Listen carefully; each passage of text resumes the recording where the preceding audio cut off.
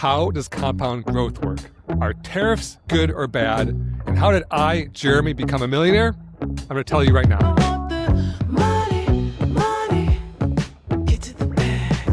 Welcome back to the Personal Finance Club show. Hey, Jen.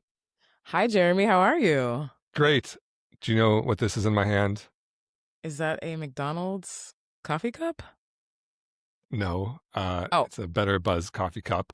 How dare you? But it's It's also yellow and black. I feel like that's McDonald's. I don't know. But it's also the second ever coffee I've ever drank. Interestingly, up until like a week ago, one fun fact about me was that I've never had a cup of coffee in my entire life. But my wife, Andrea, keeps going and getting these like really fancy sugar and milk filled drinks. And every once in a while, I take a taste of them and it doesn't really even taste like coffee. And so then I ordered my first one ever like a week ago, and this is my second one. So you're hooked.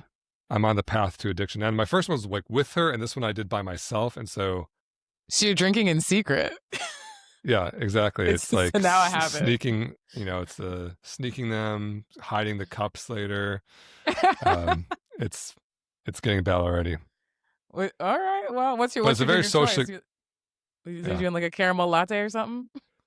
Yeah. No, it's black, which is what I call a pumpkin spice latte. I'm screaming. Can I have my black coffee? Yeah. And then I slide her a note that says pumpkin spice latte like I'm a bank robber. I'm obsessed with that. Okay, well, speaking of pumpkin spice lattes, it's officially fall. And as of this episode, we're post-Halloween, so you can talk all about your Halloween costume. Finally, cat's out of the bag. That's right. If you don't know about this, I feel like half of my internet fame has come from Halloween costumes, and the other half has come from boring personal finance advice. And maybe people are aware of the intersection, but it all started like, I think 9 years ago in 2016, where I really needed a costume. And I saw a really funny picture of a costume the year before of a guy who dressed up as a CVS receipt. And it was like huge, right? And it was funny because these stupid CVS receipts are so long. And so I was like, I don't have an idea. Like maybe I'll just copy his idea. And so I did. I went to work back when I had a job, and my coworkers were all egging me on. They're like, "Oh, you got to go to a CVS. Everyone would think it's so funny." And so then I was like, "No, that's dumb." But I actually did need to get Halloween candy because there's Halloween that day. And so I was like, "Well, I guess I'll stop at CVS." And then just to prove to my coworkers that I did it, I like took a video of me walking to the CVS wearing the costume. Literally, I wasn't an influencer. I was a computer programmer. This was pre-TikTok. This was pre-Reels.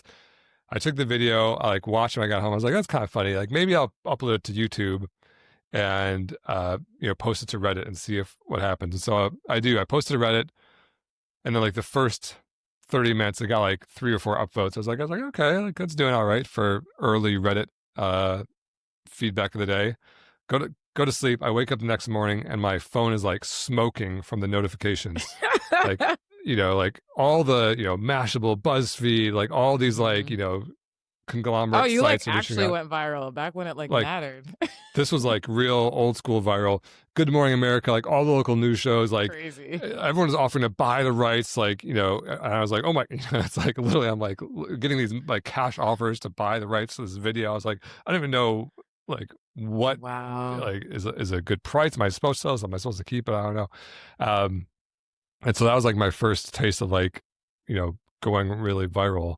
And so then I've like, then Personal Finance Club started. So I started making like finance themed costumes. Like one year I made a credit card reader. That was a good one. I think the CVS receipt tickled people's fancies because it's like this little tiny annoyance that is really relatable that we all share. Because everyone's like, yeah, why are those so long? Ha ha ha. And just funny enough that like the 2 seconds you need to catch someone's attention on the internet, it like worked, right? Right. And like the credit card reader kind of was like the same thing where like, do I tap? Do I swipe? Do I use a chip? It was like in the era where it was all transitioning and not everyone had the chip or the swipe or whatever. And so, yeah, I've been doing it every year. I did a working gas pump one year where I had beer in a gas pump with like a reader on there. Okay, so thank you for clarifying that it wasn't gassine, because you said that the other week and I was like, did he have gasoline in a little pouch? Just spraying people with gas. I hope no one's a smoker, because watch out. Okay, it was beer. Got it. And then, yeah, or it could be water, but when I went to the parties, it was beer. And then, what else did I do? I did a home for sale, like a modest home for sale with like a live Zillow listing on it that showed Mhm. like the interest rates and price. And then this year, I was looking for another really relatable kind of annoyance among people, and I went as a automatic sink that you might find in like an airport or something, where you put your hands under and it never starts, and you pull your Yeah. hands away. And so I literally spent like 2 full days working on the plumbing of this thing to make it actually flow. And despite having no water source and no electrical, I can walk around wearing this automatic sink. And for me, it was like one of my most impressive ones, because it's like some real actual plumbing going on to make it work. But it doesn't seem to be performing very well. I just posted it this morning. This is airing like a week later, and it is not going viral like some of the others. It's not as easy to go viral 9 years later, is it? Yeah, You that know? might be true. I'm And washed up. because I was looking at your creation of all these crazy Halloween costumes, my Twitter feed is full of really ridiculous Halloween costumes. Like, I can't even think of any of them now, but I think that you have like some stiff competition. Like, it's Yeah, really no, hard to we're shock people. brave. I know it's true. Like, you'd think a sink would be shocking, but now you have to just, I don't know, go as like a gigantic skyscraper that's 30 feet tall or something. I don't know. Well, Send in your ideas for next we'll year. try again next year. I always have people guess my ideas, and I always guess is like really obvious to me ideas, like, oh, it's a tariff. I'm like, of course, like, it's like finance, and everyone's talking about tariffs. Like, Right. but like, what that's not that interesting. They're like, But stay in yeah, your lane, Jeremy. exactly. I was like, what does a sink have to do with Halloween? Or what does a sink have to do with personal finance? I was like, nothing. I don't know. Live a little, nerds. Um, It was a yeah. nice touch that it didn't really work. It was the opposite effect, Right. but That was the joke, is when you put uh, your hands under it, stopped. yeah, I All did controlled, like by the that. way, by a little switch in my pocket. That like, Oh, so did we post the video yet? I haven't watched it. no, there's a how-to video that's coming out in 2 days, but when you listen to this, it's already been posted. Okay. But yeah, there's no actual sensor in there. It's just a little USB switch in my pocket, turning on and off the little pump that circulates the water through the Wow, fountain, essentially. clever. Yeah, very clever. But Man. you don't get any points for cleverness, I guess. Just shock value. Next year, we'll go bigger. Sorry to hear it. Well, happy Halloween. Hope you guys had a great. I hope that your costume got more positive feedback than Jeremy's. That being said, let's get into our segments. Explain it like I'm 5. All right, Jen. The world of finance is complicated. I think this one I can kind of explain like you're 5, or at least I have a metaphor. So what's the question? Okay, so what is compound growth? How does it work? Explain it like I'm 5. I like this question because the dumber the question, or the dumber the question sounds, I think the more people appreciate the answer, because everyone just, oh, compound growth, blah, blah, blah, blah, blah. But I think there's always this little uncertainty, like, oh, how does that actually work? What's really happening there? And so I'm going to explain it using a board game analogy. You know the game of Risk? It's like Yes. a world map, and every country is a little colored territory, and you can put little armies in each country. And like, let's just imagine you're playing Risk, and let's say you start with one country. And the way Risk works is every time you have a country, you get a bonus each turn. And so if you control one country, this isn't the exact rules, but just for the sake of this analogy, we'll say for every country you control, you get a 1 army bonus. So your first turn you have one country, you get a bonus. And then maybe you need to wait until you have 3 or 4 armies in that country before you can take over a second country. And so, turn 1, you have one country, turn 2, you have one country, turn 3, you have one country, but you're getting more armies built up on that country. And then by turn 4, you might be able to attack a neighboring country and take that one over. And so on turn 4, you have 2 countries at the end of turn 4. So then the next turn starts, but now you get 2 bonuses, right?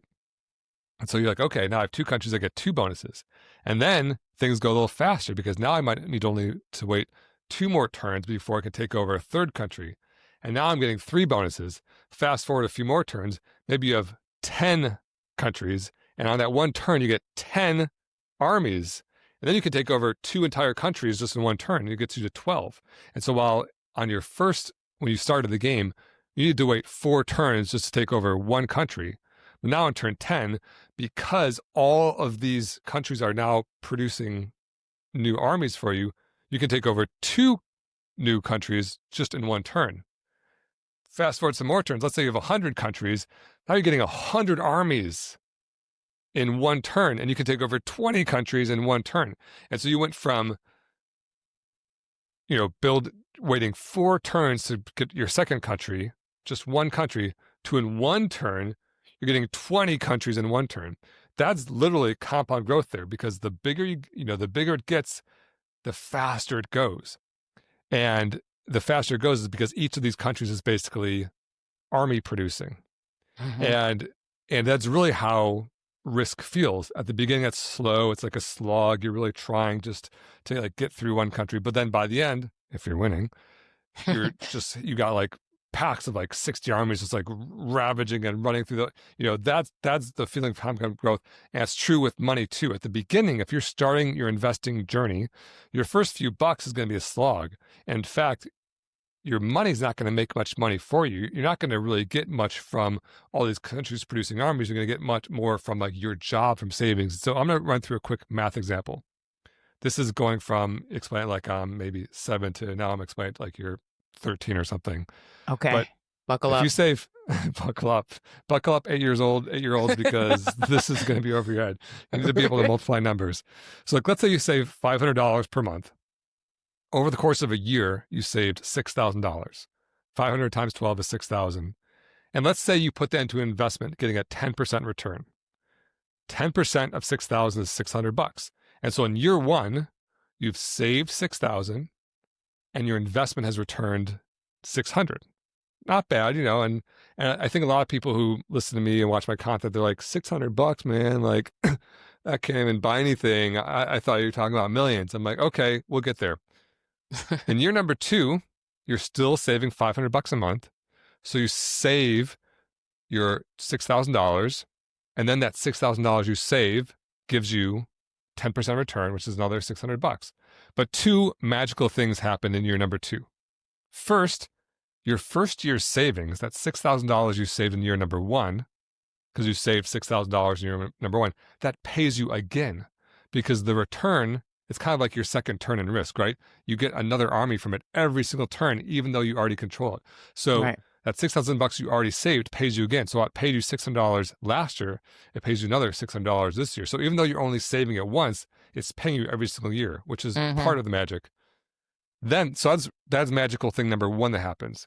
Magical thing number 2 that happens is the interest from the previous year.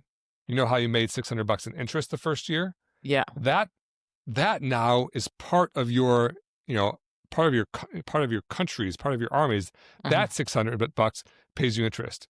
So you get $600 from this year's savings, $600 from last year's savings, plus $60 from last year's growth. Meaning you get a total return of $1,260. So in year number 1, you got $600 in growth. In year number 2, you get more than double that, $1,260. And so that's the beginning of compound growth, where the growth turns into more growth, right? Right. Fast forward to year number 10, when you add up all those years of previous savings and add up all that math I just did, now the growth in year number 10 is $9,562. That means 10 years in, the growth of your investments is actually more than you're even saving, which is crazy, right? And 10 years, it's a long time. If I said you're going to jail for 10 years, you'd probably be very sad. But if I said, Jen, you're younger than me, but not a lot younger than me. And if I said, 10 years ago, what were you doing? How long ago? Like, how long does that feel to you? Like your age 10 years ago, what you were doing? 10 years ago, 29. Where was she? Oh my God. New York City, living on a dream and a prayer. Does it feel like a long time ago to you? I guess perspective is everything, but maybe not. Yeah. I'm the same way. Like in one hand, I feel like high school was 2 minutes ago. And on the other hand, I was like, that's like 6 lives ago. But for sure, 10 years can go quick. And, if you start when you're 29, when you're 39, your investments will be growing faster than you're even saving, right? So you could even stop saving altogether. And it would just, now you're on this trajectory, right? Right. And that's your 10. Fast forward even further, in year 40, now instead of in year one, you made $600. In year 10, you made $9,000. In year 40, you make $265,000 a year just in growth. And so that's the magic of compound growth, which is you're still just saving that $500, Right. but the growth gets bigger and bigger and bigger, just like your armies get bigger and bigger and goes faster and faster and faster. And Right. it feels very slow. One of the most common pieces of feedback I hear from early stage investors is, why is this going so slow, Jeremy? I've saved $10,000 a year for the last 2 years, and I only have $25,000. And I said, whoa, that's going incredibly well. You've saved $20,000, you have $5,000 of growth. And that's the very early stage. Most of your money in the early stages comes from your savings, but it started the snowball. It's bigger and bigger and goes faster and faster. And so it feels slow at the beginning because most of your money is from the savings. That's $6,000 you're saving. In our example, I just used the $12,000 you saved in the first 2 years is much more than the $1,860 in growth. Right. But it's the beginning of the snowball that goes faster and faster. And eventually, after 40 years in this example, you've saved $240,000, which is obviously a lot of money, but your total investment is $2.9 million. So over 90% of your investment isn't what you put in, it's the growth and the growth of the growth. And so that's what compound growth is. It's just starting small, the snowball. Your money, your armies grow, the armies get more countries, the countries get more armies, get more countries. And that's almost an exact parallel to, you buy more shares of stock, the stock produces more growth and dividends. You buy more stocks and dividends, and that's, the stocks are like the countries. Yeah. Except, countries and armies kill people, and stocks, I don't know, are numbers on a website. Yeah, I'd say the actual process, much like a lot of personal finance, of saving and taking the time and just letting your money grow is quite boring. But watching your money grow and like retiring a millionaire is very exciting. So I think that's pretty cool. These are very hard lessons to learn because I think we think this should be exciting. I should be like, looking at charts on a screen and, doing all this fancy stuff. And really the most important part of building wealth is just the waiting. You set it up, you do it, and you wait, and it's a tough pill to swallow, but that's what's going to make you the most rich. Messing with it more is going to make you less rich. Preach. Okay, that's compound growth. Hope you enjoyed. Let's move on to our next segment. Money. Can I ask a dumb one? Are you asking a dumb person? Are you asking a dumb question? I don't know. No, Tevin's not dumb. I'm going to go ahead and speak on his behalf. This question comes from Tevin. And he emailed podcast@personalfinanceclub.com, and so can you. And Tevin actually said that he used ChatGPT to make his question shorter. So shout out to you because it's very short. And I picked this question specifically because it's one that I actually kind of had for you. Like, I don't know how many people, I don't think we've actually talked about on this podcast, but I don't know how many people know your story and how you became a millionaire, why you're a millionaire, and how you've maintained that. And Tevin actually did a really great job of asking the question. So maybe you can go a little bit into your backstory and then answer Tevin's question. But he asks, I get that building wealth can sound simple. Just keep investing in index funds, right? But what are you actually doing all that time? How did you get rich spending all your time exploring and building this hobby of wealth and investment? And from what I know about you, you are very transparent about how you made your money and how you continue to make more money. So, but for people who don't know you, how did you get here? And I specifically asked last week, what were you doing before, the big, I'll let you get into it. But yeah, what were you doing beforehand? Yeah, I'm a really big fan of transparency with money because I think there's all this like secrecy and shame around it. And people don't want to talk about how much debt they have or what their investments are or, how much money they make. And when, wealthy people, especially on social media, like, oh yeah, I, bought this private flight or I'm a millionaire, I do this. And, it just feels like there's this like, what's behind the curtain? What's really going on? And I try to constantly, in my mind, the curtain was wide open and you can come poke your head and you can look in my bank account and you can see everything. But for sure, I know that I'm much more aware of all the content I've created on all the different platforms and someone who's coming for the first time. So I'll try to lay it out here. I went to college, got a good degree from the University of Michigan in computer science. I got a job offer from Microsoft. I turned it down. I was a computer science major. I'm a computer programmer by trade. And instead, I started a company. And even that is probably sounds very abstract to a lot of people. It did to me. I had no idea what I was doing. I Googled how to start a company. I did not, have my hands in the Silicon Valley world. In fact, that company, we never raised a single dollar of funding. I was literally just a dude with a laptop Googling how to start company and trying to get people to give me money and, Hmm. maybe not go to jail by the IRS for breaking some sort of tax law I wasn't aware of. Right. That's really what it was. And over the course of the next 12 years, I was trying to grow that company. It was an internet company. We sold basically apartment advertising. So landlords would, use our website to advertise their rental properties on dozens of different websites. Um, and throughout that time, my max take home pay was $36,000 a year. I was the lowest paid employee at my company. We ended up growing to a team of 7, not a huge company, still a very small company, of course. But just in order to grow the company, I was paying myself as little as I could essentially live on in Hmm. San Diego. That went up until 2015. So for sure, $2015 to $25 are different, but not that different. I was living in San Diego, so maybe it's equivalent of making $40,000 or $45,000 these days in San Diego. It's it's living lean. It's not poverty, but it's living lean. Hmm. Um, and during that time, I basically just lived on less than I made. So if I was making $3,000 a month, I'd live on $2,600 a month or something. My rent was 1,000 because I had roommates. My car was like 200. I drove a used car. I just ate very inexpensively from the grocery store. I had no kids at the time, and I played beach volleyball, which is free, short of buying a couple of volleyballs each year or whatever it was. Um, and the day before I sold my company, my net worth had grown to about $110,000, which is, not a ton of money, but living on $36,000 a year, living below your means, putting away, it's kind of almost exactly like that $500 a month example I gave in the compound growth section Right. 3 minutes ago, where I was saving my few $100 a month. It wasn't always 500, but over the course of 10 years, like maybe it was $5,000 a year. $5,000 a year times 10 years is $50,000 I saved. Add all the compound growth in there and you double it, and that's like the $100,000, and that's where I was. And I was certainly on pace to become a millionaire by traditional retirement age. But then I sold my company for just over $5 million in cash, which was very nice.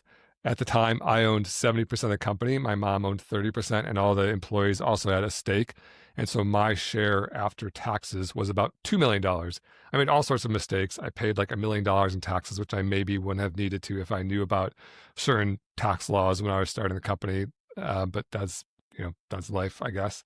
Hmm. And so my net worth went from like 0.1 million, which is 100,000, to 2.1 million with literally the click of a refresh button. And there's a video of me clicking refresh on my bank account website and it going from 100,000 to 2.1 Oh, million. I want to see That that. yeah, I posted it. It's on YouTube. It's on Instagram. Okay. Maybe we'll repost it. And so, like I said, Yeah. transparency. It was just a wire. It went to my bank account. That's what happened. That's And funny. then, and so when people hear that, they're like, "Oh, you're a tall, rich white guy who sold a tech company. How inspiring, how relatable." Yeah, I certainly get that that's not just like a very repeatable thing. But I will say, before I sold my company, I was living below my means of investing. $2 million in Southern California isn't a, guaranteed lifetime of wealth and riches. If I bought $1 million home right then, half of it's gone. Plus I picked up a $10,000 a year tax bill. Hmm. You add in a fancy car, some fancy trips, like, you can burn through that $2 million in a couple of years, and I could be Right. back to, I better get a high paying job just to afford the tax bill on this home, right? Hmm. Um, but that's not what I did. I kept living below my means. I kept driving the '99 Ford Explorer I was driving. I did eventually buy a Mazda. I know I'm another Mazda name dropper, and I got a Mazda chasing wife now. Um, Mazda chaser, that's what they call them. yeah, exactly. Um, Another Mazda chaser, just so obvious. Uh, but yeah, that was so. While that was my story, the lesson there is, yeah, if you can start a company and grow and sell it, do it. I'm a huge fan of entrepreneurship. But the real story is, I could have gone broke at any of these stages, but before, during, and after company acquisition, I was living below my means and investing. And now today, my net worth is north of $6 million. So that 2 million has become 6 million. And now, 6 million is a little bit more comfortable in the FIRE world, financial independence, retire early. And so, Tevin's question is like, what were you doing all that time? I was working, growing companies, working at the company that acquired my company. And eventually I quit. And after about 2017, I haven't really had a serious income. I've been primarily living off of the growth of my investments, but I'm still living frugally enough. These days, a little bit less with 2 kids and a wife, if you know what I mean. But these days, I'm living frugally enough that my wealth is continuing to grow. And, it's been a good run in the stock market and yada, yada, yada. But, it hasn't been that atypical. The market has returned about 10% a year over any, 10 or 15 year period, historically. And so that's what I'm doing. And that's what I'm going to keep doing. And just going to try to not, live on small enough amount of my growth of my investments that I'll never need to work again to, rebuild up my investments. Nice. I love Tevin's question. It's obviously a question that I had myself. Because we know Jeremy the millionaire, but we don't necessarily know Jeremy who lived off of 40,000 or even 100,000 a year. And what I love about what you post and what you encourage in your courses is that you show people who are pretty much at any phase what they can do to improve their financial situation. You don't obviously need to be a millionaire to take this good financial advice. So I'm sure that's why Tevin loves your content and why he asked this question. So I hope that answers it. And I find you to be somebody who's very transparent. So that was great. And a little refresher for people who may not know your backstory. Thanks. Yeah. Ask me those tough questions. I encourage you to ask me. The only thing I can't really be transparent about as much now is like things that involve my wife's finances, because she doesn't share my show your bank account to the world mentality, which is reasonable because most people don't. Most people don't. Yeah. Yeah.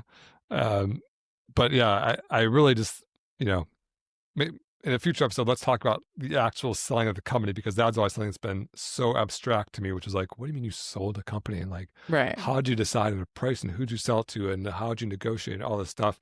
And I'll tell the story. Amazing. Okay, let's get into our next segment. Scroll Patrol. Scroll Patrol. Let's do it. Okay, this is a video that Jeremy has not seen. I have sourced it from the internet. This is a short one, and I feel like it kind of scratches the itch of a question like that is big in the personal finance world. So, Jeremy, all right, here's my real authentic reaction. Jen has seen this. I never have. I'm opening it up. Stop buying coffee for $5.50. You go to work, you spend $15 on a sandwich. What are you, an idiot? It costs you 99 cents to make a sandwich at home and bring it with you. You start to add that up every day, it's a ton of money. Most people, particularly working in metropolitan cities that are just starting out on their job, making their first $60,000, piss away about $15,000 a year on stupid stuff. And that's what they should stop doing. Oh, man. Jen did not know that I was drinking my second ever coffee. I had no idea. when she hit me with the "don't waste $5 on your lattes" video. So yeah, that's Kevin O'Leary of Shark Tank fame, the multimillionaire, maybe he's a billionaire, I don't know, telling people not to drink $5 coffee. This $5 coffee advice was very popular 10 years ago. But then this is like my opinion about the pulse of the personal finance world. Then there's this like reactionary pushback to that saying, hey, $5 coffee ain't your problem. We're in this much more difficult world with like record high home prices and inflation and stagnant wage growth and yada, yada, yada. And that's true too. And so my opinion is, everything he's saying is actually technically correct. If you're doing let's say you go to work every day and you order DoorDash for $20 and order, by the way, in Southern California, this coffee was $7. I'm in $5. So I can, easily spend $20 on a lunch and not even really be splurging, and then $7 on a coffee. Multiply that together, that's $810 a month. If you can get your coffee and your food for $300 a month instead of $810, that's $500 a month. That's the $3 million we was talking about, the compound growth. And so mathematically, he's exactly right that if you don't have these like little leaks in your personal finances, then, and you're directing the money to investing instead, that could be $1 million decision right there. That said, I think most people's problem isn't the occasional Starbucks. You know, the example I just gave is like $20 every day, $7 every day. That's not really what most people do. It's usually more of a treat for most people. But if you do it every day, that math is very real for you. I think for most people, it's the bigger items that are the real problem. You know, when I was talking about my millionaire housing and car costs, I found in San Diego a really cheap 2-bedroom apartment I rented with a friend. It was $1,400 a month. We split it, so my San Diego rent was $700 a month. Wow. It would have been very, very easy to go walk into an apartment complex, sign up for a 1-bedroom apartment, and pay $1,400 for myself. Like, very easy, right? And my car was a '99 Ford Explorer that I paid $500. That I paid $3,000 in cash for. I sold it 6 years later for $1,500. Depreciation, maintenance, all the added expenses, you average it out, I was probably paying $200 a month for my car. So $700 a month for rent, $200 for car. That allowed me to live on $3,000 a month and still save money. It would have been very, very easy for me to go walk into a car dealership, show them my pay stubs, and walk out of there with a $500 car payment. Yeah. And so I could have had a $1,400 apartment and a $500 car payment for $1,900 a month. That would be very, very easy. It would be very normal. It'd be very regular. It's what everyone does. It's what your friends do. It's what everyone does. That's $1,900 a month.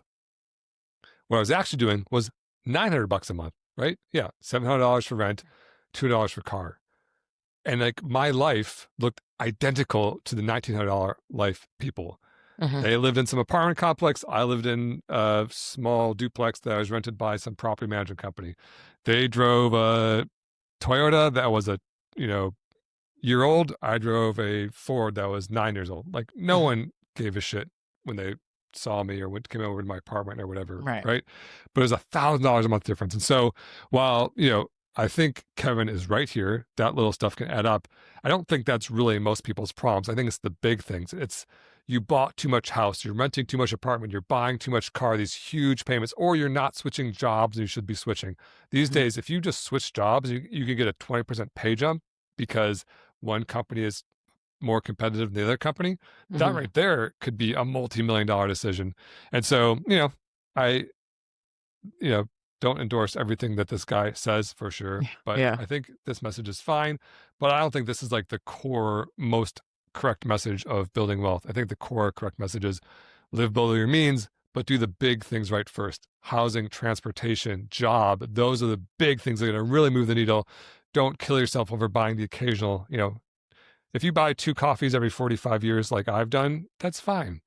And he said all this, y'all, just because he bought a coffee and wanted to make himself feel better. So don't fall for it. I know. Kidding. Now that I'm on the coffee train, all my advice has changed. Yeah, you became a coffee addict real quick. It only took 2. Exactly. I need to go get a second one today. I'm getting one on the way home. But anyway, I got to give it a grade. I would give this a B+. It's technically true. I think it's a little bit on like the shame side of personal finance. And I don't think it's the most impactful thing, but, I do think we should be aware of those little leaks. And it's not the best advice I've ever heard, but it's fine. Okay. B+, not bad. Good job, Kevin. He'll be so happy when he never hears this. Exactly. This is going to be the post that goes viral, not your Halloween costume. All right, let's get into our last segment of the episode. Money. Jeremy had time today. I did. Ooh, and we're going to get spicy. I dug back just a little bit. I thought that we might wait for this topic to cool down a little bit, but apparently not. We're lots of ups and downs going on. It keeps coming up. It keeps coming up. So I pulled from a post from April about why tariffs suck. And so you made a beautiful emoji post, as you are wont to do, about why you don't like tariffs, so eloquently posted by you. And we had a lot of hot comments. So we had one commenter who said, People act like tariffs are always bad, but why is it fine for other countries to charge US tariffs? Yet it's a problem when we do the same. We're not sending money overseas, we're also sending jobs. Sure, prices may go up a bit in the short term, but that creates an opportunity for American companies to compete without overcharging, like Ford is doing with the US made cars. So if you look through this tariff issue through a political lens, which we are all probably somewhat guilty of doing today, you get a litmus test to say, okay, what side of the aisle is this guy on? And if he's not on my side, then I'm going to think of every reason that he's wrong. And tariffs are a very politically charged topic right now because we have a president, Donald Trump, who is using them in kind of very erratic ways, it seems. And people who love Donald Trump think that he's a genius businessman who's using them very strategically to advance American interests. And people who don't like Donald Trump think he's a crazy person who's just frantically doing random stuff. If you look at through a political lens, none of the words that come out of my mouth are going to mean anything to you because you're going to continue to think what you think. And I'm not going to say it's fine. It's not fine. It kind of sucks. It makes me sad about the world. But it is what it is. That said, I'm going to try to break down the topic of tariffs just kind of really simply and factually and give the pros and cons. So what is a tariff? It's pretty simple. It's a tax. This is the American-centric view of the tariffs. By the way, you can translate this to your own country if you're not in the U.S. But a tariff is a tax charged to Americans, either American citizens or American companies, when they import foreign stuff. So you might actually personally see this if you like buy something on eBay from another country and you have to go pick it up at the post office. You actually have to pay a tariff on that because the post office is going to say, oh, this is a foreign imported product based on the declared value of it and, you know, the tariff law. To pick it up, you have to pay a cost. Most of us don't experience that because most of us aren't really directly ordering foreign imports these days. What really happens is we'll go to Walmart to buy something that was made in China, and then the U.S. company, whether it be Walmart directly or whatever the importing company is, when they get a shipment of stuff coming off of a freighter that's landing in San Diego or whenever these companies get these big imports, then they pay a tariff on it. But then in order to keep their business solvent, they have to raise the prices, right? And so that's what a tariff is. I think there's kind of been some misinformation like, oh, we're charging the tariff to China. No, like the U.S. government can't charge a tariff to China. That doesn't make sense. We would send them a bill and they'd give us the middle finger and be like, we're our own government. We're not going to pay you any money. So that's what it says. So here's some pros about tariffs. One, it incentivizes consumers to buy American. So when all of these, like let's say these, Walmart's importing a bunch of T-shirts and China sells T-shirts for $10. American-made companies sell T-shirts for $20 because American-made labor and housing and everything's more expensive here. Walmart's just going to buy all their stuff from China, and then that makes more sense. And so American T-shirt companies are kind of like, oh darn, it's hard to compete with Chinese labor, which is true. But now if Donald Trump imposes a 100% tariff on Chinese imports, suddenly the Chinese-made company or the Chinese-made T-shirt cost to Walmart is now $10 paid to China, $10 in a tariff paid to the U.S. government. It's now the cost becomes the same. The U.S. company T-shirt with no tariff is $20. The Chinese net cost is $20. And now the U.S. companies can actually compete. So it incentivizes consumers to buy American. It also protects new or strategic industries. So for example, this T-shirt industry now is more protected. We can actually foster American T-shirt companies here because they can compete on more equal footing with a lower cost of labor in China. And sometimes there are very strategic things. So for example, if we have a medical or computer chip industry in the US and these things get priced out of American manufacturing because of low cost of labor in other countries, and all of our medicine and all of our computer chips are coming from overseas, and then we get into a war with that country, and then let's say we get into a war with China, and China says, hey, I have an idea. Let's stop selling them medicine and computer chips. That's going to really be good for our war interests. Then, America as the foreign adversary to China is at a disadvantage. Another benefit of tariffs. And another benefit is it provides tax revenue. And so all this money that's getting charged to these, for these imports goes to the U.S. government, and we can use that money to, do whatever the government does, pay for roads and wars and healthcare somewhat, and whatever we spend money on. So that's the pros. Here's the cons.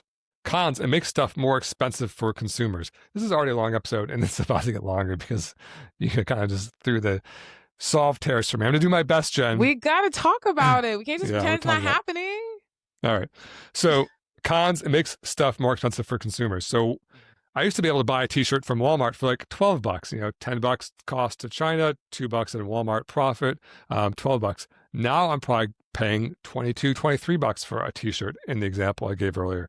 That's inflation. When stuff becomes more expensive, it's inflation. And so when we talk about housing, grocery store, everything costing more money, this is part of it. When things go up in cost, wages have to go up, housing has to go up, food has to go up. It's all kind of interlinked, and it all is resulting in this one big number that we track called inflation. And no one likes inflation. So while everything I said sounds really good, like, yeah, go American companies, when everything costs more money, that's actually bad for workers, right? And as I said in this post, it's kind of a regressive tax, because while billionaires, if they're paying, billionaires spend very little of their money. So like, Elon Musk has $500 billion. He spends 1,000% of his money in a year, if that, right? 1,000,000%, like a tiny amount, because, if he spends $100 million a year, that's 1,000% or something. And so he's not spending much of his money. So he's not taxed on much of his money. Whereas if you're making $40,000 a year, you're probably spending all 40,000. And so if costs go up, that's a tax on almost your entire pay, whereas to Elon Musk, it's a tax on none of his pay, essentially, right? So it's a very regressive tax. Two, it can make U.S. companies lazy if they don't have to compete. And so the t-shirt thing, maybe the American t-shirt company had to make their t-shirts softer, better, whatever, in order to have a Walmart prefer to buy the American t-shirt. But now if China's taxed so heavily, now America doesn't have to make better t-shirts. It just has to continue to exist because it's kind of being unfairly benefited. And the the amazing part of the free market is it lets the best companies win. And so the softest t-shirt, the sweat wicking, the coolest, t-shirts may be a bad example because they're so simple. But imagine cars or microchips. Like if a foreign made car was 3 times more money, then a crappy American car would win just because it has to. And so American companies would not innovate as much. And that would be bad for American companies in the long run because they would start to fail and they couldn't compete globally. And then finally, a con is going to lead to a trade war, as we've been kind of seeing in the news over this past year, where when we put tariffs on China, China doesn't like that because all their companies now it's not as easy to sell to Americans. And so China in retaliation says, okay, we're not going to buy as much of your stuff. We're doing a reverse tariff. And then the costs go up for everyone. It's kind of like cutting off your nose to spite your face. Instead of free trade and both countries really benefiting, China's buying our microchips and our services and our, whatever this, like all of our iPhones, all the stuff we're exporting, and we're buying their t-shirts and their toys and all the stuff they're exporting. Now that kind of grinds to a halt, hurts both countries. Uno reverse tariff. Got it. Exactly. And that's the trade war. Okay. So I'm going to tell a story about how tariffs have been used very effectively.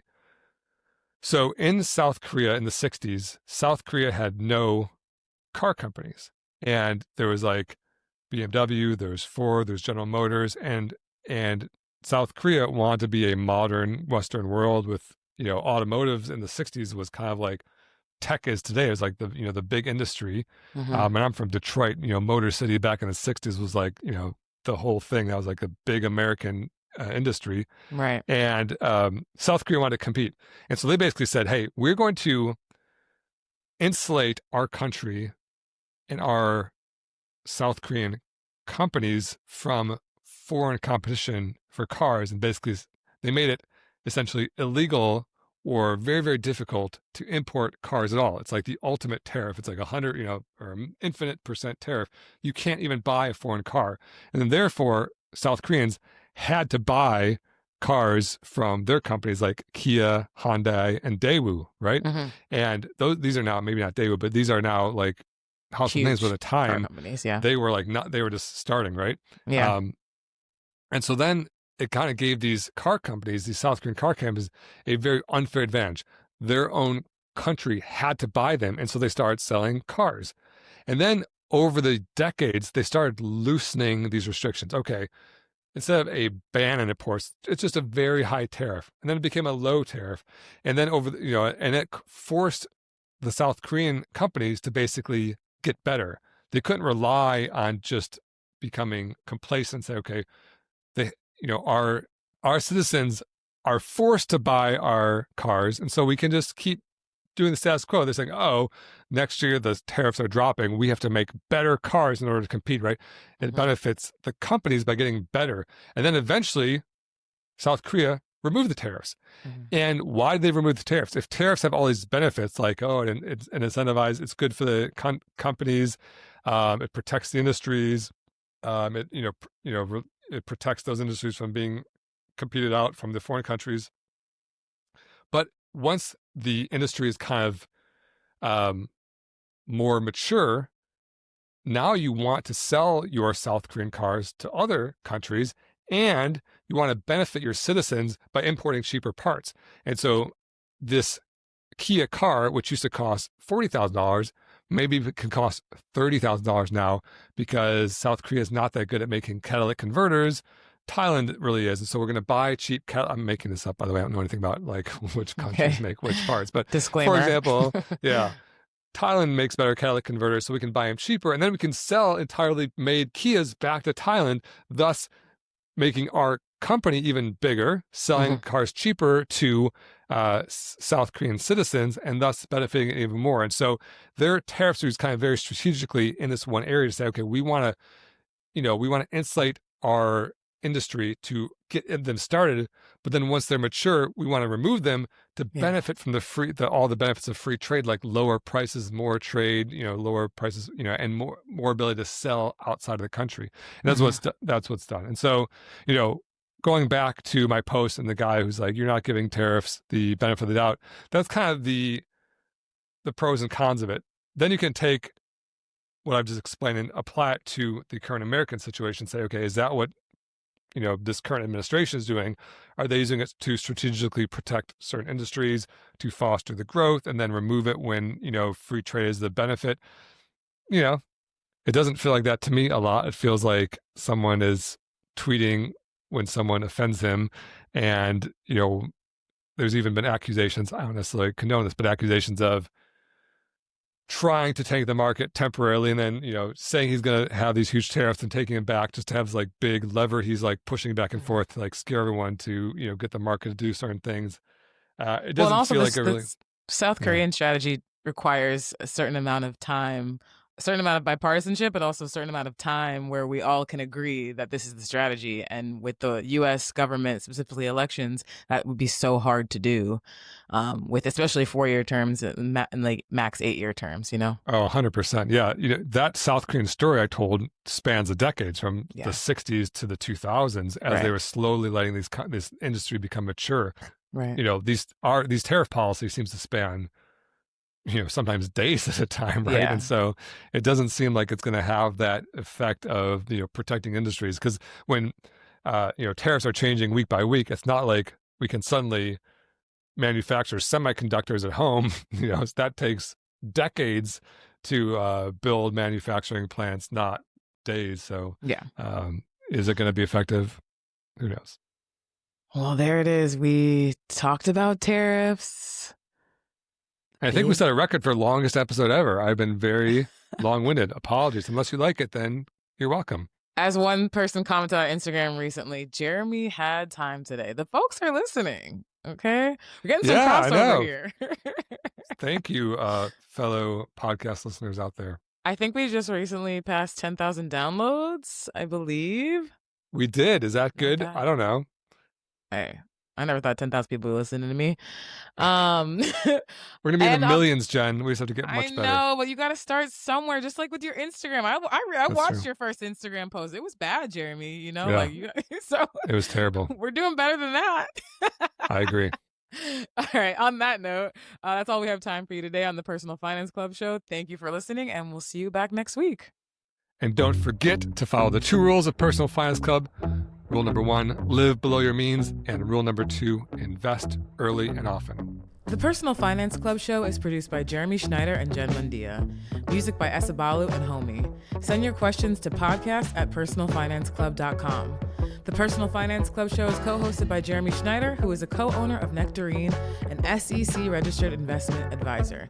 The views expressed on this show are those of the hosts and guests and do not necessarily reflect the views of Nectarine. Please refer to hellonectarine.com for all relevant disclosures. This podcast is for informational and educational purposes only and should not be construed as personalized investment advice or a solicitation to buy or sell any security. Listeners should consult their own financial, legal, or tax professionals for advice specific to their situation.